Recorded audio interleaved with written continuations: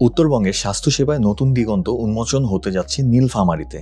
এখানে নির্মাণ হচ্ছে ১,০০০ শয্যার বাংলাদেশ চীনমৈত্রী হাসপাতাল, যা উত্তরাঞ্চলের জন্য একটি আধুনিক সুপার স্পেশালাইজড চিকিৎসা কেন্দ্র হিসেবে গড়ে উঠবে। এই হাসপাতালটি হওয়ার ফলে আমাদের উত্তরবঙ্গের মানুষ এবং নীলফামারীর মানুষের যে চিকিৎসার যে এতদিনের যে একটা সংকট, সেই সংকট দূর হবে। যদি চীনের হাসপাতাল হয়, ভালো ভালো ডাক্তার এসে মুই যদি মরিও তো তারপরে এখানকার দিলে লোক থাকবে মোর মতন, আমার কিছু উপকার হইবে, আমার নীলফামারী খুব ভালো হইবে। আমরা চাই এই হাসপাতাল তাড়াতাড়ি হোক। স্বাস্থ্য ও পরিবার কল্যাণ মন্ত্রণালয় ইতিমধ্যে প্রকল্প বাস্তবায়নে অতীব জরুরি নির্দেশনা দিয়েছেন। ৩০ অক্টোবর গৃহায়ন ও গণপূর্ত মন্ত্রণালয়ে পাঠানো প্রজ্ঞাপনে দ্রুত নির্মাণ কাজ শুরু করার কথা বলা হয়েছে।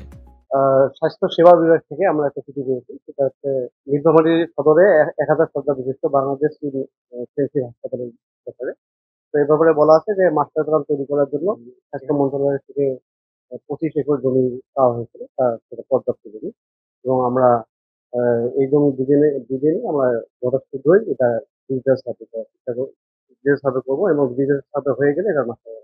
হাসপাতালটিতে থাকবে ICU, cardiac, neuro, cancer, burn unit, মাতৃ ও শিশু স্বাস্থ্যসেবা, পাশাপাশি একটি নার্সিং কলেজ ও একটি মেডিকেল স্টাফ ট্রেনিং সেন্টার। এতে উত্তরাঞ্চলের রোগীদের রাজধানী ও বিদেশগামী চিকিৎসা নির্ভরতা কমবে বলে আশা স্বাস্থ্য কর্মকর্তাদের। আমরা আশাবাদী ছিলাম। আমরা দেখছি যে এখানে কার্যক্রম এগিয়ে যাচ্ছে।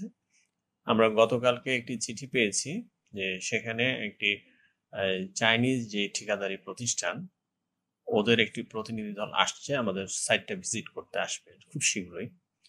তো সেই প্রতিষ্ঠানের নাম হলো the aerospace planning and design group company limited.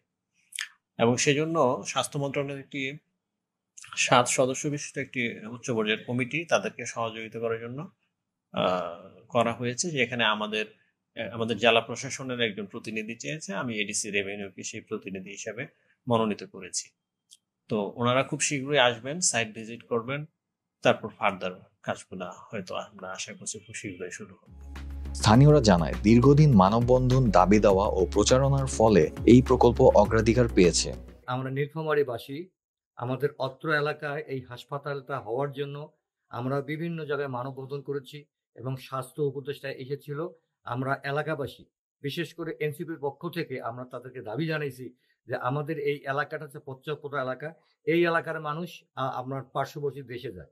এখানে যদি চাইনিজ হাসপাতালটা হয় তাহলে অত্র এলাকার মানুষ আর বাইরে যাবে না এবং বাইরের মানুষ এখানে আসবে এবং আমাদের রেমিটেন্সটা পাবে।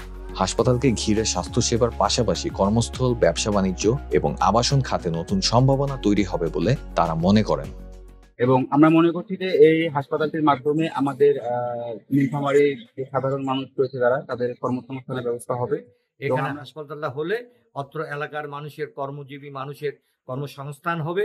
আমাদের এইখানে চীন প্রস্তাবিত হাসপাতালটি স্থাপিত হলে আমাদের এখান থেকে নীলফামারী, পাশাপাশি পঞ্চগড়, দিনাজপুর, ঠাকুরগাঁ, এদিকে লালমনিরহাট, রংপুর সহ বিস্তীর্ণ এলাকা এর সুফল ভোগ করবে।